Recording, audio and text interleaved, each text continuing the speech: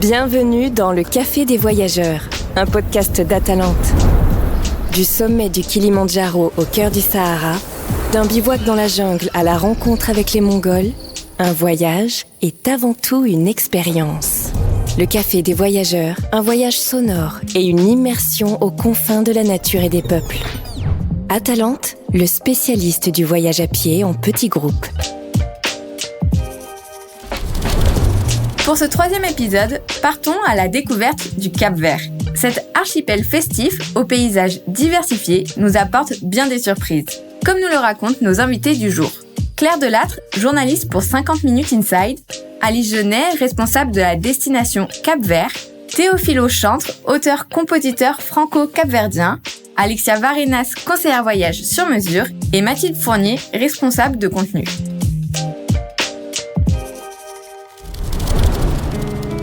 Nous accueillons tout de suite Alice et Claire. Bonjour à toutes les deux, pouvez-vous vous présenter ? Bonjour Pénélope, donc moi c'est Alice, je suis créatrice de voyages pour Atalante sur la partie Macaronésie qui est Madère, Açores, Canaries, Cap-Vert et sur la partie aussi Afrique de l'Ouest et avec l'Éthiopie en plus qui est un peu plus sur la partie Afrique de l'Est. Moi, je m'appelle Claire Delattre, je suis journaliste, reporter et je travaille depuis 5 ans pour l'émission 50 Minutes Inside sur TF1 à la rubrique Voyage. Comment s'est passée votre arrivée au Cap-Vert ? Ma première impression, c'est que c'était pour le coup assez désertique parce que je suis arrivée en février et en février, on est sur la fin entre guillemets de la saison un peu sèche, donc ils n'ont pas vu l'eau depuis 6 mois ou quelque chose comme ça. Donc ça m'a fait un peu bizarre au départ. Moi, j'y suis allée au mois de février, donc arrivé le soleil, la chaleur, déjà c'était incroyable. Le pays est assez prisé pour ça parce qu'il fait beau quasiment toute l'année et que on est à quelques heures d'avion de la France et voilà, dans la grisaille du mois de février, arriver là-bas, c'était incroyable. Enfin, je pense que la météo et tout ça fait partie aussi de la douceur de vivre qu'on sent tout de suite. Enfin, personne n'est stressé. Ni à l'aéroport, ni dans la ville, ni sur la route. Enfin, on arrive au Cap-Vert et toutes les tensions se relâchent. Alice, que retiens-tu du Cap-Vert ? Le Cap-Vert m'évoque la diversité des influences, comme ils sont en face de l'Afrique de l'Ouest, en l'occurrence du Sénégal, mais que c'est une colonie portugaise à la base. On a ce doux mélange entre la culture portugaise et la culture africaine qui donne vraiment un mélange joyeux, vivant, dansant, chantant, etc. Donc avec une très bonne dynamique. Ça m'évoque aussi forcément Césaria Évora, qui est la chanteuse emblématique du Cap-Vert, plus particulièrement de l'archipel du Nord, capable de faire de la musique avec tout et n'importe quoi sur la route. Donc, mais parce que voilà, c'est dans leur culture. Et toi, Claire, quel paysage et rencontres marquantes as-tu pu faire lors de ton voyage ? Moi, j'adore la randonnée, donc vraiment la découverte pour moi, c'était Santo Antão. C'est une île qui est à 1 heure de bateau de l'île sur laquelle je suis arrivée. Et là-bas, il y a la vallée de Paúl qui est mais somptueuse. Alors moi, j'ai eu de la chance entre guillemets parce que donc on tournait une séquence avec une chanteuse capverdienne qui faisait une randonnée là-bas pour découvrir un peu des paysages. Et en fait, on était dans un nuage quoi. En haut, c'était horrible. Je me suis dit oh là là, je vais rien pouvoir en sortir. C'était tout blanc. On était trempés jusqu'aux os parce que du coup, il y avait une espèce de petite bruine. Et je me suis dit mon Dieu, qu'est-ce qu'on va faire de ça ? En plus, on voyait rien, mais on voyait pas à 3 mètres. Et en fait, au bout d'à peu près une demi-heure, tous les nuages se sont un peu évaporés. Du coup, ça nous a révélé le paysage et c'était magique. Enfin, vraiment, de voir cette vallée jusqu'à la mer et qui est dans tous les tons de vert qu'on peut imaginer, quoi. C'est hyper luxuriant, c'est trop beau. Puis c'est des cultures en terrasse, donc vraiment, ça donne un aspect hyper esthétique, vraiment jardin d'Éden, quoi. Avec cette randonnée qui fait des virages et du coup qui descend doucement le long de la vallée. Franchement, c'était somptueux. Pour moi, c'était vraiment le plus beau paysage et le plus surprenant. Et c'est pour ça que je dis que j'ai de la chance de l'avoir découvert comme ça, parce que il y avait une double découverte, quoi. Première découverte et ensuite, enfin voilà, les nuages qui s'évaporent et qui me révèlent l'endroit, c'était vraiment majestueux, quoi. Mais c'est vrai qu'il y a une rencontre que j'ai trouvée vraiment chouette. J'ai interviewé notamment un chanteur français qui s'appelle Stomy Bugsy. Donc, alors c'est pas ma génération, mais en tout cas, il a fait quelques tubes qui sont très très connus. Et lui, il est français, mais ses parents sont capverdiens, il est originaire du Cap-Vert. Donc du coup, on s'était dit c'est l'occasion de le suivre un peu, d'avoir une figure un peu connue. Et du coup, avec lui, on est allé à différents endroits. Notamment, il nous a emmenés dans le quartier de ses grands-parents. Il était là notamment pour le carnaval. Et du coup, on est allé chez sa maman pendant le carnaval pour filmer un peu depuis son balcon. Puis en fait, on s'est dit on va pas les déranger longtemps. Du coup, on leur a dit bon, on vous laisse et tout ça. Ils m'ont dit... mais attendez, vous partez pas maintenant, mais nous on vous a préparé un dîner. Puis là ils nous ont emmenés dans leur salon et il y avait des tonnes de nourriture qu'ils nous avaient préparées. Et en fait ça m'a vraiment touchée. Je me suis dit mais nous on n'avait pas du tout prévu ça. Et c'est pareil, je pense que c'est très représentatif du coup de cet accueil capverdien. Qu'est-ce qui, selon vous, fait la force de cet archipel ? Donc la force de l'archipel, c'est la diversité des paysages, même sur une même seule île, en l'occurrence c'est l'île de Santo Antão qui est dans l'archipel du Nord. On va avoir une vallée hyper luxuriante et verte qui est sur la vallée de Paul, qui est très connue pour ça en l'occurrence, parce qu'elle est un petit peu plus exposée à la pluie, et avec toute la partie ouest de l'île qui est un petit peu plus désertique, parce que par la force des choses un peu moins exposée. Mais déjà sur cette île-là, on va avoir plein de paysages différents, et on rajoute à ça l'archipel du Sud qui, elle, est très exposée au vent. Du coup, ça fait un petit peu plus volcanique, un petit peu plus désertique. Et on pourrait y aller 3 ou 4 fois un peu de partout et qu'on aurait l'impression de faire 3 ou 4 voyages différents. Donc, on ne s'ennuie jamais. Ce qui est fascinant, je trouve, au Cap-Vert, en revisionnant le reportage, ça m'a marqué à nouveau, c'est vraiment la diversité des paysages et des choses à faire, quoi.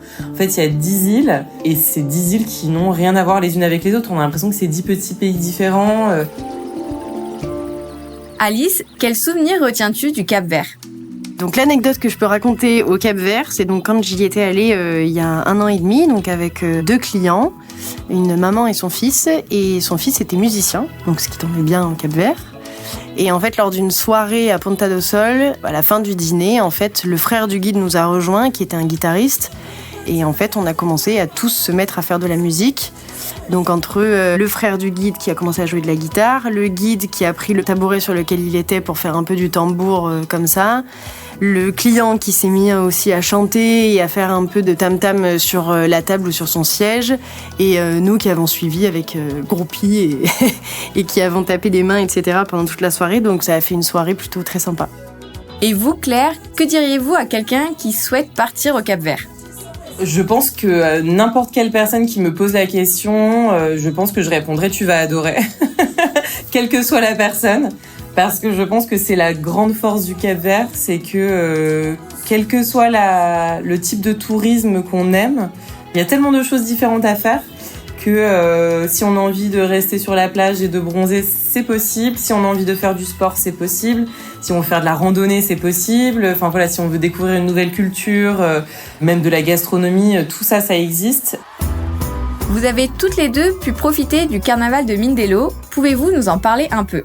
Donc la démonstration publique la plus importante de la musique, entre guillemets, et de la danse au Cap-Vert, c'est le carnaval de Mindelo, qui a lieu une fois par an. Là, en l'occurrence, ça va être mi-février, à peu près dans la date de Mardi Gras.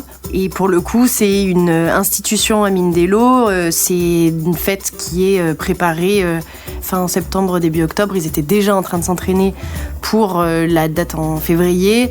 Donc voilà, c'est quelque chose qui est très important pour eux, très ancré pour eux.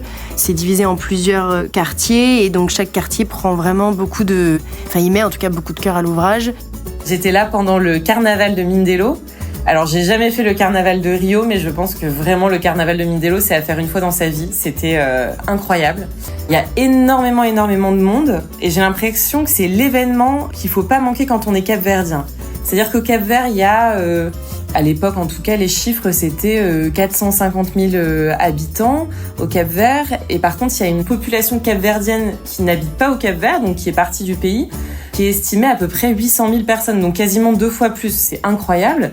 Et j'ai l'impression que s'il y a une fois dans l'année où toutes ces personnes reviennent au Cap-Vert, c'est pour le carnaval. C'est vraiment l'événement à pas louper.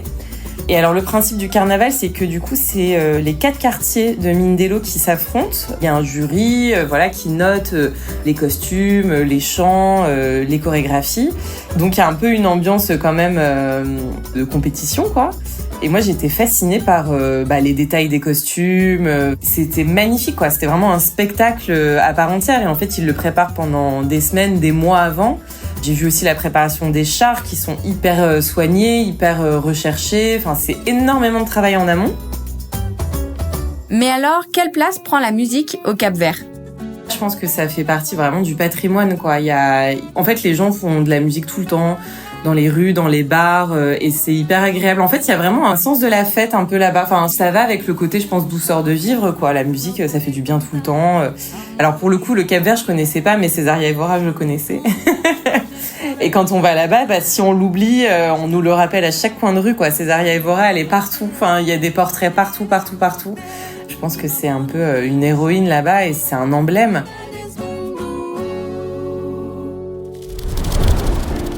Merci à toutes les deux pour cet échange. Nous accueillons désormais Théophilo Chantre. Pouvez-vous vous présenter pour nos auditeurs ? Donc, je m'appelle Théophilo Chantre, je suis auteur, compositeur, interprète. Je viens du Cap-Vert et ça fait déjà pas mal d'années que je vis en France. J'ai eu des collaborations avec Césaria Évora et beaucoup d'autres artistes. Quelles sont les différentes influences musicales au Cap-Vert ? Le Cap-Vert est un pays très métissé, parce qu'au départ, il y avait personne, c'était des îles désertes. Après, ils se sont établis, ils ont fait venir beaucoup d'Africains, dans certaines conditions qu'on connaît maintenant. Enfin, on s'est mélangé, ça a donné cette culture très métissée. Et bien sûr, la musique reflète tout ça. Par la suite, avec l'ouverture du Cap-Vert au monde, on a aussi pas mal d'influences venues d'un peu partout. Pouvez-vous nous parler des musiques traditionnelles du Cap-Vert ? Les musiques traditionnelles sont toujours présentes. Elles inspirent les jeunes générations. Et donc, on reprend beaucoup de très, très anciennes chansons encore, du répertoire de la musique capverdienne, mais ça n'empêche pas que la jeunesse fait des choses qui peuvent être complètement actuelles. La saudade est une notion centrale dans la musique capverdienne. Pouvez-vous nous expliquer ce qu'elle représente ? La saudade est liée, disons, à un sentiment de départ, de séparation, et aussi un espoir de retrouvailles, de retour. En tout cas, dans la musique du Cap-Vert, c'est souvent ça. On chantait ceux qui partaient, après on chantait ceux qui rentraient, donc le fait de se rencontrer. Et voilà, c'est la saudade de notre existence. Et quel est votre rapport à la musique ? Mon père a écrit des textes, des chansons dans sa jeunesse, et par la suite on s'est retrouvés, il m'avait envoyé quelques textes qu'il avait enregistrés aussi. J'avais deux oncles même qui étaient guitaristes, donc j'ai toujours été entouré par la musique. C'est la rencontre avec Césaria qui m'a mis sur les rails pour faire une carrière. On s'est rencontrés à Paris lors d'un concert pour une association où il avait chanté aussi. Et son producteur à l'époque m'avait demandé des chansons pour elle. C'est une histoire qui commence comme ça, de façon presque informelle. Vous avez été le compositeur de Césaria Évora. Quelle musique avez-vous composé pour elle ? Et je ne sais pas si vous connaissez un peu son répertoire. J'ai écrit sur l'album qui s'appelle Miss Perfumado, j'ai 3 chansons. J'ai Luz, Dustrel, Torture, Recordai. Et par la suite, comme je l'ai accompagnée jusqu'à ce qu'elle nous quitte, donc je pense que j'ai écrit pour elle une 30aine de chansons. Quel est votre rapport personnel au Cap-Vert ? Je suis allé récemment, il y a 3 mois, parce que je suis allé enregistrer une vidéo avec une de mes nouvelles chansons. Mais j'y vais le plus souvent possible. C'est toujours un plaisir de retrouver encore quelques cousins. Et j'ai la chance d'avoir encore beaucoup d'amis d'enfance dans mon quartier où j'ai grandi. Donc, on sort toujours avec plaisir pour se raconter les souvenirs et revivre des choses. Si vous deviez décrire le Cap-Vert en une musique, laquelle serait-elle ? Mais je pense que ce sera la plus connue, c'est Saudade, qui a fait connaître le Cap-Vert à travers Césaria Évora, qui reflète bien l'âme capverdienne. Saudade, saudade, saudade, es minha terra sanical. Qu'est-ce que vous a apporté votre collaboration avec Césaria Évora ? C'était une grande joie d'avoir quelqu'un comme elle de chanter mes chansons et de pouvoir m'exprimer. Et ensuite, bien sûr, ce succès qu'elle a eu au début qui était inespéré. Personne n'aurait pensé qu'à son âge, elle aurait pu faire une carrière comme ça, puisqu'elle a démarré sa carrière internationale, elle avait déjà presque 50 ans. Donc c'était inespéré pour moi, pour tout le monde, et ça n'était que du bonheur. Merci Théophilo pour votre précieux partage. Échangeons maintenant avec Alexia et Mathilde qui nous parlent de leur expérience au Cap-Vert. Bonjour à vous deux, je vous laisse vous présenter. Bonjour, je m'appelle Alexia, je suis conseillère voyage sur mesure chez Atalante. J'ai voyagé dans plusieurs pays, notamment la Thaïlande, le Vietnam, la Namibie, le Cap-Vert et beaucoup de pays du Nord. Moi, je m'appelle Mathilde, je suis responsable de contenu donc pour Atalante et je suis partie au Cap-Vert en octobre dernier. Est-ce que vous aviez un a priori sur le Cap-Vert avant votre départ ? Du coup, avant d'aller au Cap-Vert, étant donné que c'est l'Afrique, je pensais qu'il y aurait vraiment beaucoup de paysages très arides. Notamment quand on arrive à Mindelo, c'est très très aride, il y a vraiment pas beaucoup de végétation.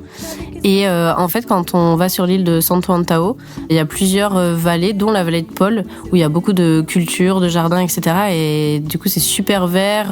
On peut voir aussi des rivières, des cascades. Et du coup, de l'extérieur, ça fait assez aride, mais en fait, à l'intérieur, c'est un vrai petit paradis végétal. Et du coup, c'est super joli d'avoir autant de paysages différents et diversifiés sur une seule île, quoi.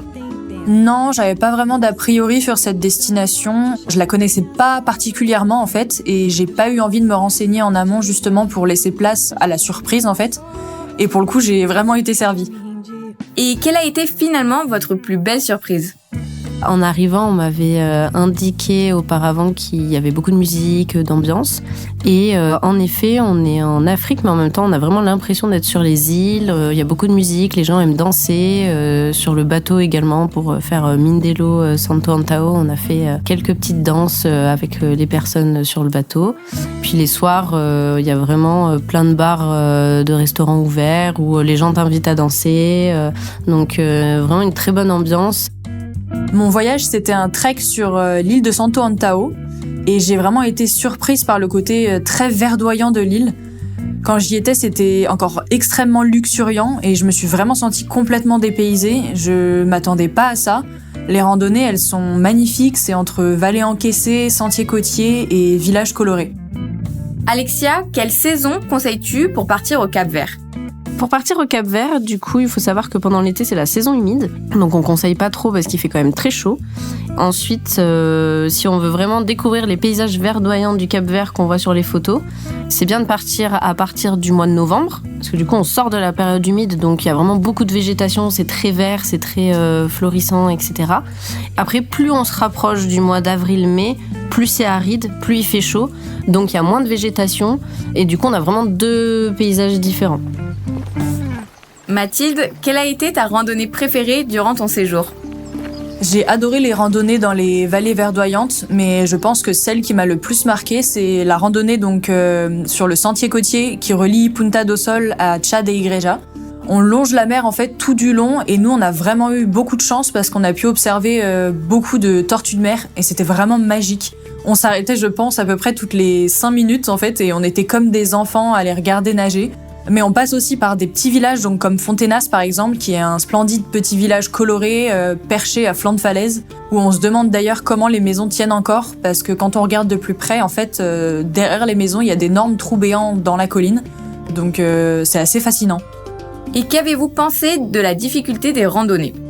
Alors du coup, quand on pense au Cap-Vert, on voit tout de suite beaucoup de randonnées, surtout sur l'île de Santo Antao. C'est celle qui s'y prête le plus. C'est vrai qu'il y a beaucoup de belles randonnées avec beaucoup de dénivelé. On peut avoir du 1000 mètres de dénivelé facile. Moi, je suis partie sur un séjour plus modéré où on avait 3-4 heures de randonnée dans la journée avec, on va dire, autour de 400 mètres de dénivelé. Il y avait peut-être une journée où on a eu 900 mètres de dénivelé de descente, mais c'était vraiment assez accessible et le séjour sur lequel je suis partie, c'est vraiment un rythme tranquille. Donc oui, on fait de la randonnée, ça monte un peu, ça descend un peu, mais ça reste accessible si voilà, on est un petit peu actif le reste de l'année. Ça se fait très bien. Dans le groupe, il y avait vraiment plein de niveaux différents et on s'attendait. Et le but, c'était vraiment de découvrir les paysages ensemble et pas se mettre une pression qu'il fallait faire tant de mètres de dénivelé, tant de randonnée dans une journée. Alors les randonnées, elles peuvent quand même avoir une certaine difficulté à mes yeux parce qu'il y a pas mal de dénivelé, les sentiers ils peuvent être un peu accidentés et la chaleur surtout peut rendre la marche un peu plus difficile. Après moi j'ai trouvé le niveau assez adapté à ce qui était indiqué pour mon voyage en tout cas et je pense que dans tous les cas il faut bien sûr être en forme physiquement avant d'entamer un trek au Cap-Vert mais comme pour toute autre destination. Alexia, que peux-tu nous dire sur la nourriture capverdienne ? Alors au niveau de la nourriture, on est beaucoup sur une base de riz, poisson, beaucoup de pommes de terre. Ils ont énormément de patates douces différentes. Donc ça, on en a vraiment à tous les repas, du riz, des patates. Et après, beaucoup de poissons, un peu de viande. On a goûté le plat typique capverdien qui est le cachupa, qui est une sorte de grosse soupe avec du maïs, des légumineuses, du riz, ils mettent du poisson, on peut mettre plein de choses dedans. Donc ça, ils en mangent beaucoup. Ils en mangent même parfois au petit déjeuner le matin. Après, il n'y a pas beaucoup de... C'est vrai que ça reste quand même une île assez aride, il n'y a pas énormément non plus de culture. Donc il n'y a pas beaucoup de choix de fruits. Mais on mange quand même très bien et si on aime le poisson, c'est vraiment un régal. On peut même manger du homard aussi. Voilà, donc il y a plein de choix par rapport à ça. Quelles ont été vos plus belles rencontres ? Alors du coup, au niveau des rencontres au Cap-Vert, il y a eu une après-midi qu'on avait libre à Tarrafal. Donc le guide qui est capverdien nous a proposé de partir à la plage, de rencontrer des personnes qu'il connaissait et qui faisaient un barbecue, parce que c'était le 1er mai. Eux, ils fêtent ça, barbecue, plage, tous ensemble, en famille, entre amis. Donc avec 2 personnes du groupe, on est parti avec le guide. On a rejoint les Capverdiens qui avaient déjà préparé les barbecues. Il y avait les morceaux de poulet déballés sur une bâche plastique. Ils nous ont proposé de boire avec eux donc du caipirinha. Donc là, ils nous ont découpé la moitié de bouteilles en plastique parce qu'on n'avait pas de verre pour boire notre petit caipirinha fait maison qui était dans une boîte de béton en plastique. Ils avaient tout mixé dedans. Et du coup, on était juste avec eux. Alors, il y en a beaucoup qui parlaient pas français. On avait notre guide et il y avait une autre personne qui était là aussi pour parler français avec nous. Et du coup, en fait, ils étaient vraiment super contents qu'on soit là avec eux, qu'on partage ce moment avec eux. Donc, on a mangé, on a bu, on s'est baigné et c'était vraiment super sympa. Déjà, la rencontre avec le groupe et avec le guide, c'est vraiment des échanges très humains qu'on a tout au long du voyage. On a beaucoup rigolé et finalement, on devient un peu comme une petite famille au fur et à mesure que le voyage avance. Mais j'ai aussi été très marquée par des rencontres locales, comme ce jeune enfant qu'on a croisé sur le chemin de l'école. Nous, on était en pleine randonnée sur des sentiers plutôt escarpés et lui, du haut de ses, je pense, à peine 10 ans, il se rendait à l'école tout seul sur ces chemins qui sont vraiment très différents de nos chemins pour aller à l'école, je pense. Il avait un sourire magnifique en nous expliquant son quotidien, pas facile, et franchement, c'était une vraie leçon de vie. Et pour finir, Mathilde, qu'est-ce que ce voyage a pu t'apporter ?